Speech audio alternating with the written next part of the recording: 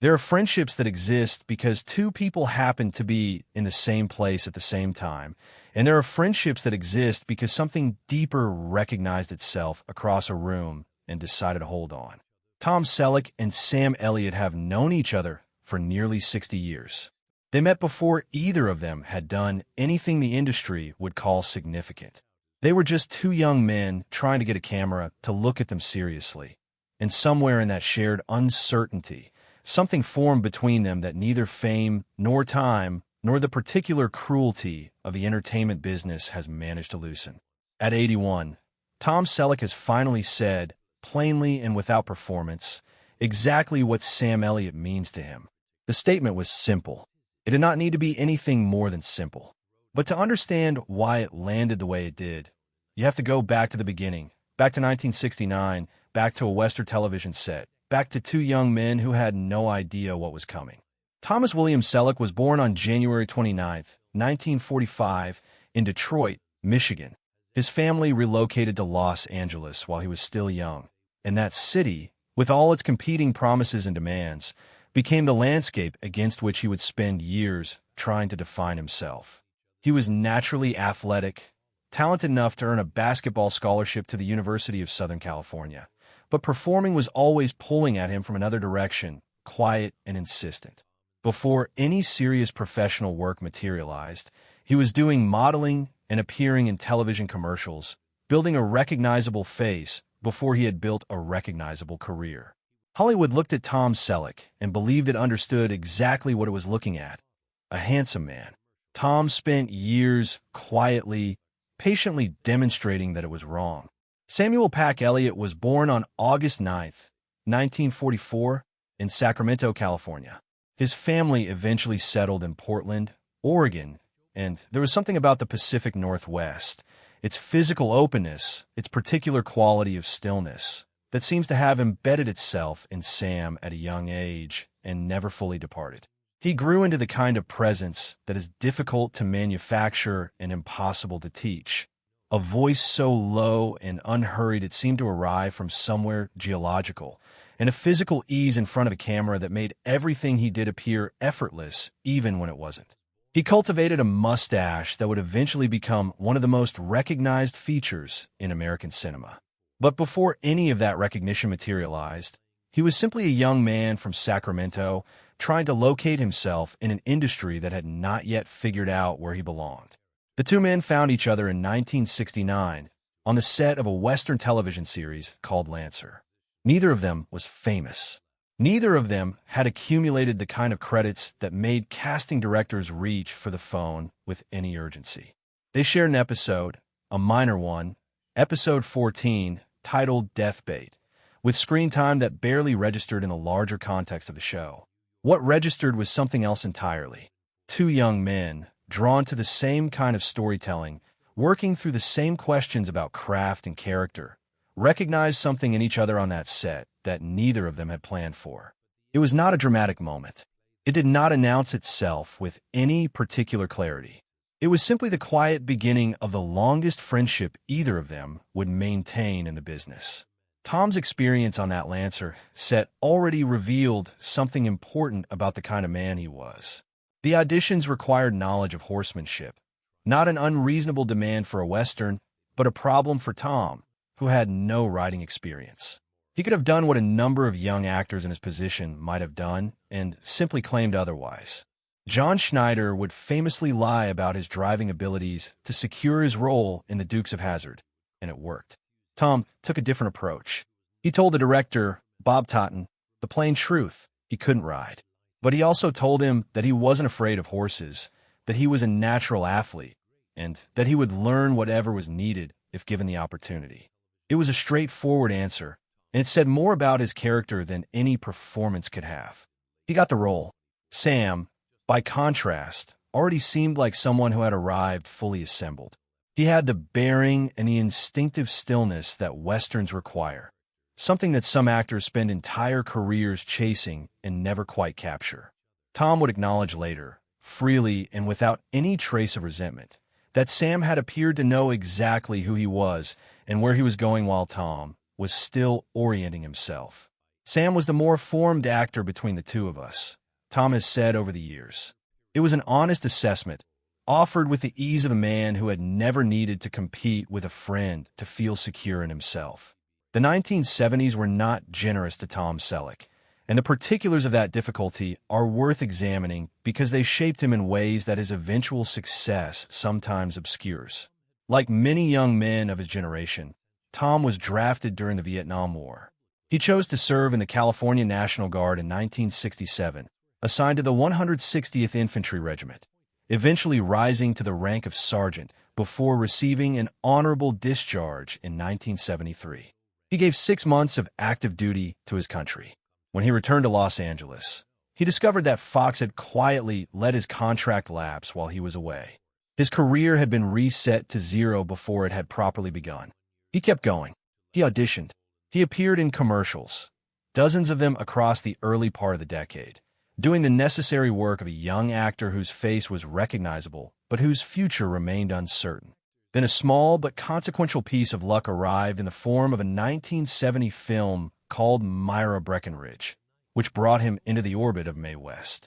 The legendary actress, then in her late 70s and casting the film herself, took a genuine interest in Tom. She brought him to premieres and spoke about him in interviews in the same breath as Cary Grant. It was an unlikely boost from an unlikely source, but it kept his name in circulation during years when it might otherwise have faded.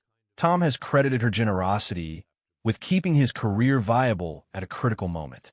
Sam, in the same period, was doing what Sam Elliott has always done, working steadily, taking the available roles seriously, building something durable through repetition and patience. He appeared on Gunsmoke. He took supporting parts where he could find them and brought to each one more craft than the role strictly required. He was building a reputation quietly, the way foundations are built, below the surface, out of sight, solid. The next significant chapter of their friendship came in 1979, when Tom and Sam were cast together in The Sackets, a television miniseries adaptation of Louis L'Amour novels, playing brothers.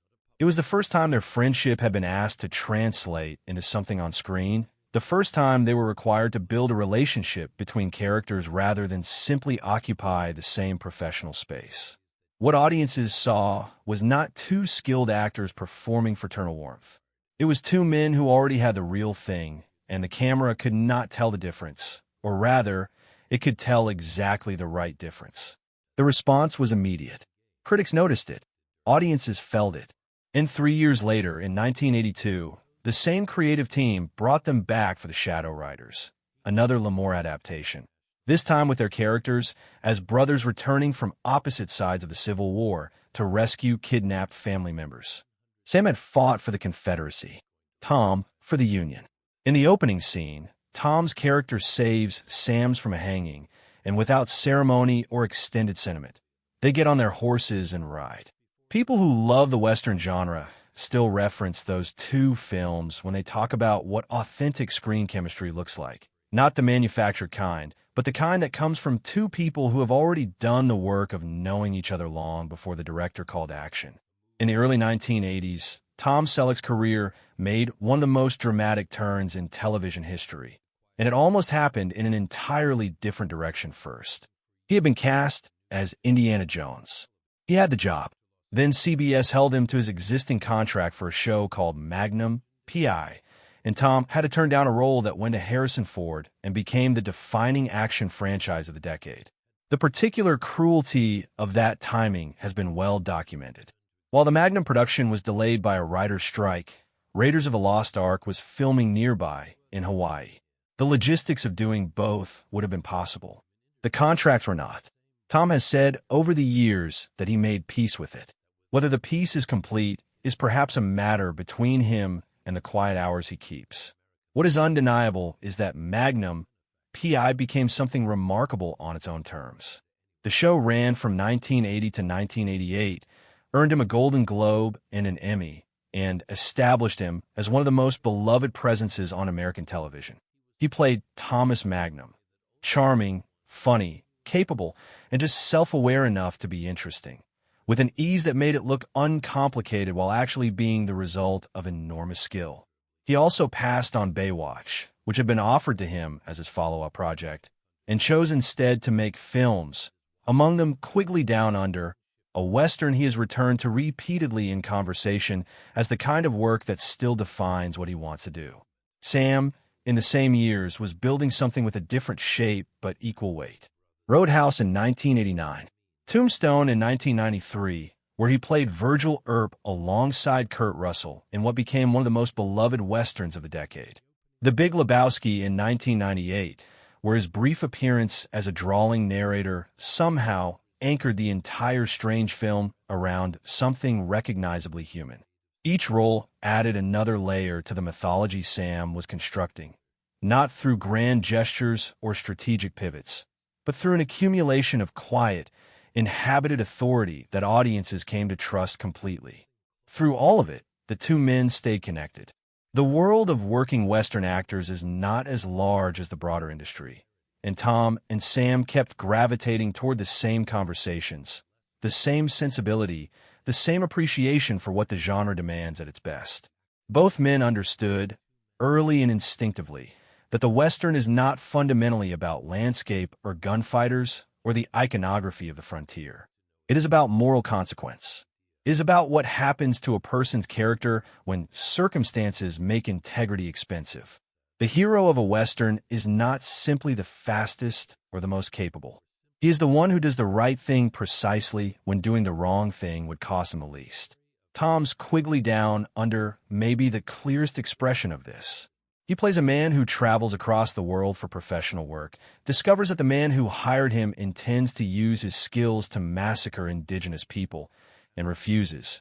Not with a speech, not with elaborate deliberation, simply by standing up and walking away from the money. Sam Shea Brennan in 1883, the Yellowstone prequel he joined in 2021, carries identical weight. A man who has lost everything, who has no remaining external reason to behave decently, who chooses decency anyway because it is the only version of himself he still recognizes. These are not coincidental convergences in two separate careers. They are the result of two men who spent their entire adult lives thinking seriously about what it means to embody goodness on screen, and who found in each other a companion who was asking the same questions. Tom watched Sam's performance in 1883 with the particular pleasure of someone who was not at all surprised, but was genuinely delighted. He spoke about it in late 2024 during the final stretch of his own long-running television commitment, with uncomplicated admiration. Sam was great in 1883, he told Parade. Sam's always great. We go way, way back. I love him dearly. I'd love to work with Sam. He said it with the ease of a man for whom the sentiment was so old and so settled that decoration would have felt dishonest. It was the kind of thing you say about someone when the affection has long since moved past the need to justify itself.